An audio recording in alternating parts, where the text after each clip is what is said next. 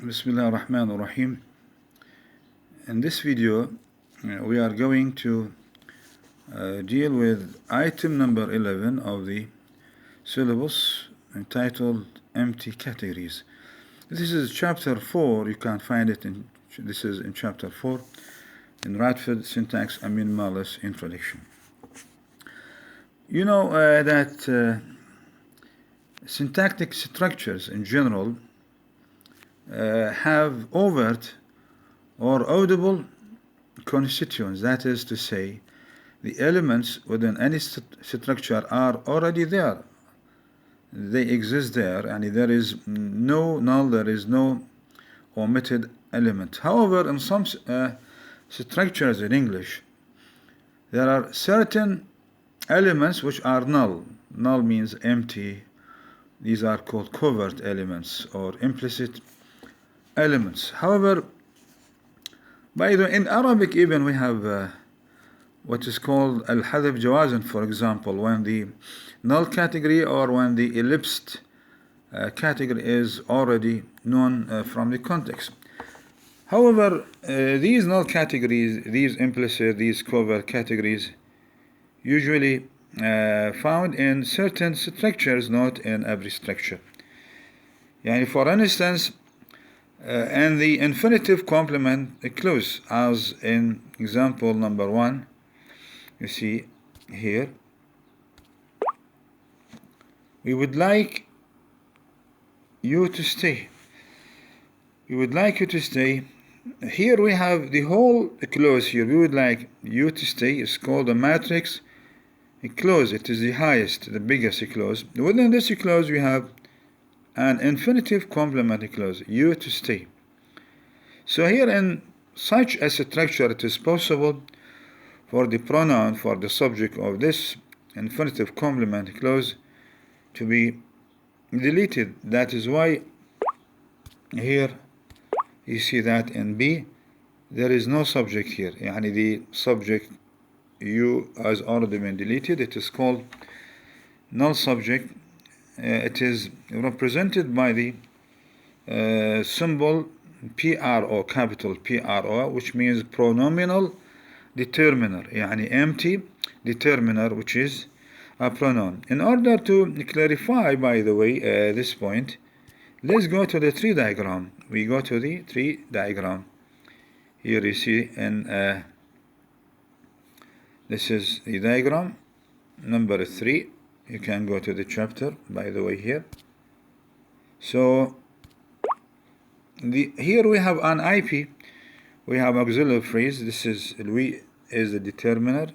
I bar means incomplete auxiliary phrase. Auxiliary phrase without a determiner. I is the auxiliary choose with, and then we have a verb phrase beginning by the subject here. By the verb like. And then we have an infinitive phrase starting with the determiner or the subject you. And then we have I bar incomplete means infinitive phrase, which is to stay, because the subject sometimes, as we have said, could be deleted. Here in the second structure here, as you see, it is possible here for you to be deleted, to be dropped. When it is deleted, we use the symbol PRO. It means pronominal determiner, null or empty determiner. If we put it in Arabic, for example, نريدك تبقى ويانا مثلا للغدا, for example, we say ونريد تبقى, نريدك تبقى, نريد تبقى when we الكاف here, the addressee ضمير المخاطب pronoun is deleted. Such a case we have an empty category. We have an empty category. And the second structure where we find elliptical or null category, what is called elliptical clauses. Sometimes you see that if you go to, for example 15 in Radford, page 88, when we say he could have seen her or she have seen him, in the second sentence, she have seen him, Here the auxiliary code is what is deleted. It is dropped because it is already mentioned within the first sentence. So to avoid redundancy or repetition, it is possible here to drop the auxiliary code. Once again, example number 15, and this can be illustrated in the tree diagram number 16. So here we have auxiliary phrase. She you see that she could have seen him. Here we have the determiner. We have incomplete auxiliary phrase because the subject, as we have said, sometimes could be null. Here the auxiliary, this is called ellipsed auxiliary, يعني الفعل المساعد المحذوف. Here for the ellipse auxiliary or null auxiliary they use the symbol E. Remember, when the subject, as in the first case, is null, we use PRO, which means pronominal determiner. When the auxiliary is deleted here, we use the symbol E. Then we have verb phrase. The verb here, by the one, we have two verbs, have and seen. In the case of present perfect, we have two verb phrases. The first verb phrase begins with the verb have, and then the second verb phrase begins with the past participle seen. Now we move on to another structure. We go to diagram number 20. Here we are going to talk about what is called auxiliaryless finite clauses, and finite clauses without auxiliary. According to the minimalist here, for example, a sentence like this one, as in example number 20, page 90 in Radford, you see this is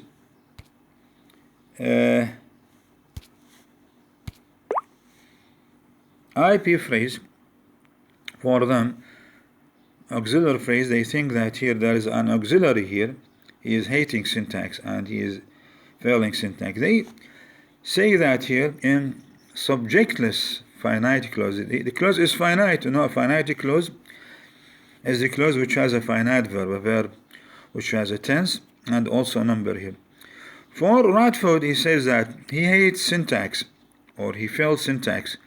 Here, implicitly at the deep structure, there is an auxiliary, as if we can say the origin of the sentence, or at the deep structure level, implicitly the sentence means he is hating syntax and he is failing syntax. These types of clauses, by the way, are called auxiliaryless finite clauses. That is to say, finite clauses without auxiliary.